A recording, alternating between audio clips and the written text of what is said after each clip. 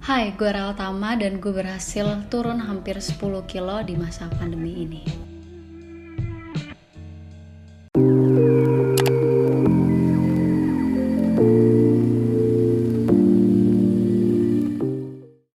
Di sini gue akan berbagi apa saja yang gue lakukan dan juga gue makan, namun gak secara keseluruhan. Tapi di sini juga gue akan bercerita tentang habit dan juga how to deal with my body.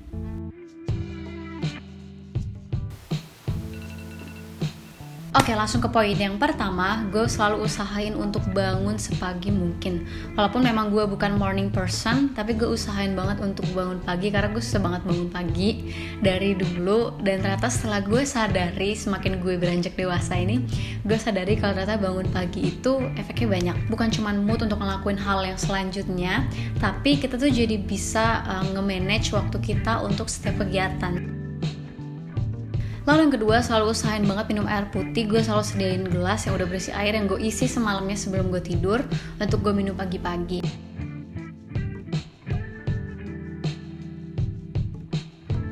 Yang penting banget kenapa gue bisa turun hampir 10 kilo adalah dulu gue sempat melakukan intermittent fast. Mungkin teman-teman yang udah ngikutin Kak Yulia Balchun, kalian udah pada tahu apa itu intermittent fast. Nah, gue ngikutin intermittent fast dari Kak Yulia Balchun. Gue dulu sampai bela-belain beli PDF book dari Kak Yulia Balchun. Jadi dia udah ngerangkum di dalam bentuk PDF book tentang intermittent fast dan juga selama 2 minggu kurang lebih untuk diet. Dan di PDF book itu juga diajarin gimana cara menghitung kalori tubuh kita per harinya. Nah, dari situ nanti kita bisa menghitung dan membatasi kalori-kalori yang akan kita makan. Dan kita juga bisa melakukan yang namanya defisit kalori. Nah, untuk teman-teman biar lebih akurat lagi, kalian langsung cek di YouTube-nya Kak Yulia Balchun aja. Kalau nggak salah juga Kak Yulia Balchun juga itu udah ngeluarin buku I Hate Diet.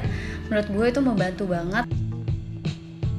Jadi gue akan cerita sedikit seperti apa metode intermittent fast yang gue lakukan. Dulu gue menjalani intermittent fast kurang lebih itu 6 bulan sampai 7 bulan. Dan intermittent fast itu pada saat gue bangun pagi, gue gak akan makan 2 jam atau 3 jam sesudah bangun. Tapi sekarang gue udah gak pernah intermittent fast lagi. Jadi kalau ada sarapan, gue buat sarapan. Biasanya gue sarapan pakai oatmeal, pisang, buah-buah dan lain-lainnya. Nah, setelah gue makan, gue akan nunggu 30 menit supaya makanan gue turun. Setelah itu gue olahraga. Tapi pada saat intermittent fast, gue olahraganya selalu abis makan siang. Nah, untuk olahraganya gue ada beberapa influencer dan menurut gue itu juga lumayan efektif buat gue sendiri. Dan gue buat playlist yang akan selalu gue play itu untuk olahraga. Setelah olahraga gue akan mandi. Setelah mandi, karena kebanyakan work from home, gue akan langsung kerja. Sengaja mandi biar fresh pas kerja. Jangan lupa juga dandan, jangan lupa juga pakai wangi-wangian, karena itu mempengaruhi banget mood buat kita kerja. Nah, biasanya kalau lagi banyak kerjaan, gue nggak akan pindah-pindah. Gue akan terus di depan meja atau nggak ke kasur bahan bentar, tapi kebanyakan di meja. Kadang sampai sore, kadang sampai malam juga. Nah, tapi yang terpenting adalah pada saat kerja juga jangan lupa untuk sediain air putih di meja kalian, karena kalian duduk cukup lama, jadi kalian juga butuh air putih, karena itu penting banget. Lunchtime, biasanya gue usahain banget untuk masak makanan gue sendiri. Kenapa? Biar gue tahu apa yang gue makan dan berapa kalorinya. Terus kalau gue lagi males banget masak masakan yang berat, gue biasanya ingredientsnya pakai timun, tomat, alpukat, telur, brokoli, pokoknya kebanyakan sayur. Kadang gue buat jadiin sushi, terus atau enggak gue buat makaroni, gue buat creamy dikit. Terus ini gue makan alpukat, tomat, brokoli, telur, gue campur gitu, campur sama nasi merah sama nasi putih dikit.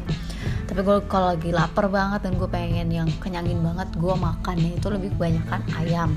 Gue masak ayamnya kadang gue buat creamy, kayak ada creamy cheese-nya gitu, atau nggak gue grill, atau nggak kadang gue taruh di roti. Ini dicampur sama telur bisa, atau nggak vegetable mix. Kalau bahan-bahan pokoknya sebenarnya itu banyak banget, gue gak bisa sebutin salah satu. Intinya itu makan makanannya sehat dan juga bersih. Salah satunya ini kayak kacang polong, tapi gue lebih saranin banget vegetable mix daripada kacang polong kalengan. Ini kebetulan gue lagi ketemunya kacang polong kalengan, jadi itu yang gue foto. Karena kacang polong yang kalengan itu menurut gue itu sekali pakai langsung masak aja, karena kalau enggak itu kayak menurut gue agak kurang enak nantinya. Nah, terus yogurt, gue paling suka banget yogurt. Kalian bisa pakai yogurt apa aja, tapi kalau gue Greenfields tuh gue suka banget yogurt karena bisa buat dicemilin juga atau nggak bisa buat sarapan. makan atau nggak buat jadi snack dicampur sama buah-buah lainnya. Terus ini fiber cream ini adalah pengganti santan, jadi dia itu bisa buat creamy, bisa ditaruh di makanan, di minuman, roti, kopi, teh. Jadi tuh enak banget buat masak. Dia bikin kayak creamy, tadi yang creamy ayam tadi gue tuh pakai fiber cream ini.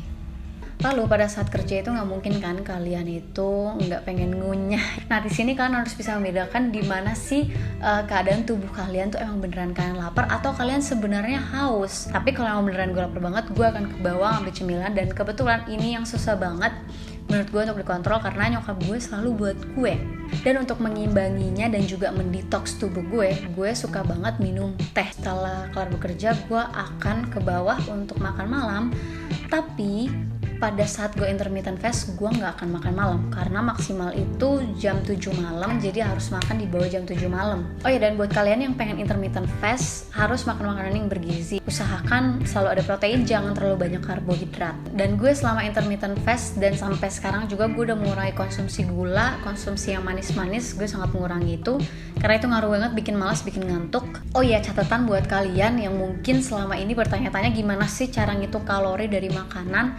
Nah, usahain banget kalian cook your own meal. Kenapa usahain masak sendiri? Karena kalian jadi tahu berapa kalori dimakan kalian, dan kalian tahu cara teknik masaknya. Karena setiap kalian beli bahan makanan yang misalnya itu ada nutrition facts-nya, itu kalian jadi bisa tahu dia berapa kalori. Dan kalian juga bisa download aplikasi Livesum, itu ada pilihannya, dan tinggal kalian timbang nanti makanannya sebelum kalian masak. Kalian timbang yang kalian masak itu berapa gramnya, yang kalian masak itu berapa mili ya, kayak gitu. Jadi kalian udah hitung semua, nanti tinggal ditotalin di aplikasi Livesum itu. Nah selanjutnya yang udah pasti waktunya istirahat, bobo karena udah malam, dan usahain banget jangan begadang karena itu ngaruh banget.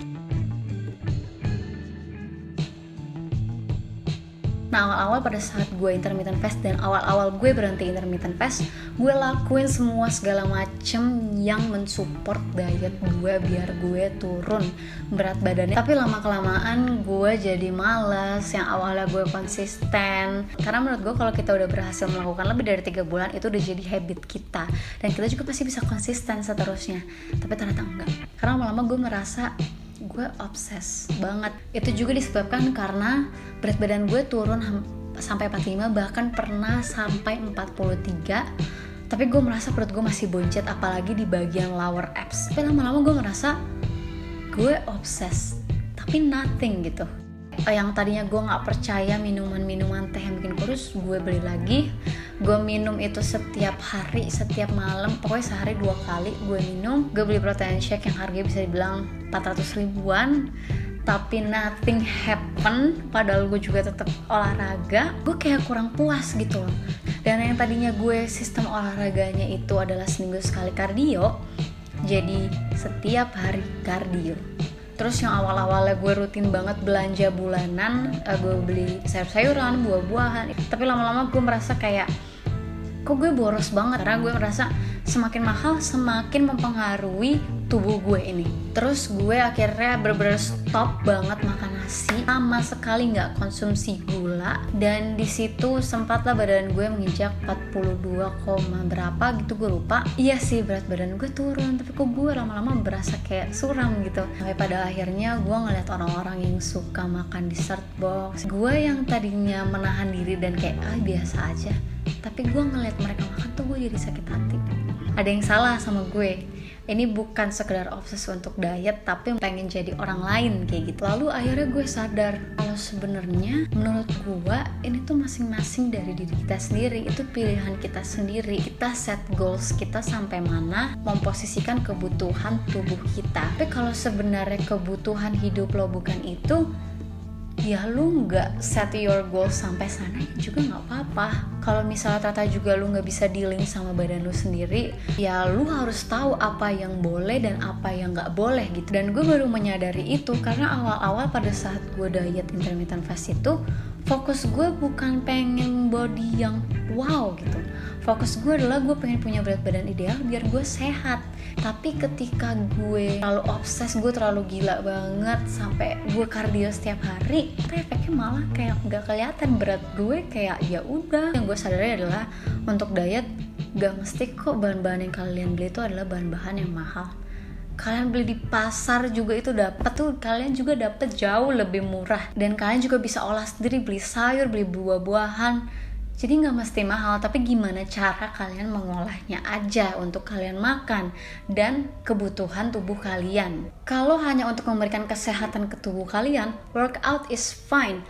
Eating healthy food is really fine, karena memang seharusnya seperti itu gitu loh. Tapi ketika kita fokusnya bukan cuma kesehatan, malah keluar jalur nggak sesuai takaran, kalian jadi lupa dan malah ngerusak diri kalian sendiri. Dan akhirnya nggak nyampe-nyampe tuh goals kalian yang terlalu kalian set terlalu jauh, ekspektasi kalian terlalu jauh, jadinya nggak nyampe ke situ. Lebih baik gue set my goals itu bertahap. Intinya semua orang itu pasti bisa punya berat badan yang ideal, tapi with different way. Jadi kalian juga harus tahu badan kalian sendiri.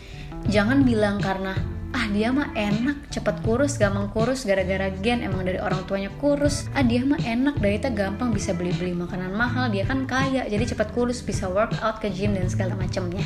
Itu semua usaha yang mereka pakai dan kemampuan yang bisa mereka lakukan untuk sampai ke goals mereka. Kemampuan kalian tidak bisa sampai ke sana, ibaratnya kayak kalian memang nggak bisa pergi ke gym mungkin karena lagi pandemi, kalian parnoan, kalian punya alergi laktosa, kalian jadi nggak bisa konsumsi susu protein sembarangan. Ya itu nggak apa-apa, kalian nggak mesti lakukan. Jadi kalian harus tahu takaran tubuh kalian harus posisikan sesuai takaran kebutuhan tubuh kalian. Kalau lo merasa perut lo masih buncit, perut lo masih bloating walaupun berat badan lo udah ideal, it's normal. Pokoknya jangan menyiksa diri kalian untuk tujuan yang keluar jalur. Dan kalau lo fokus memperbaiki diri lo secara fisik dan juga secara mental, pasti resultnya bukan cuman berat badan yang ideal, tapi perasaan lo, hati lo itu ikut bahagia membawa badan ini gitu loh.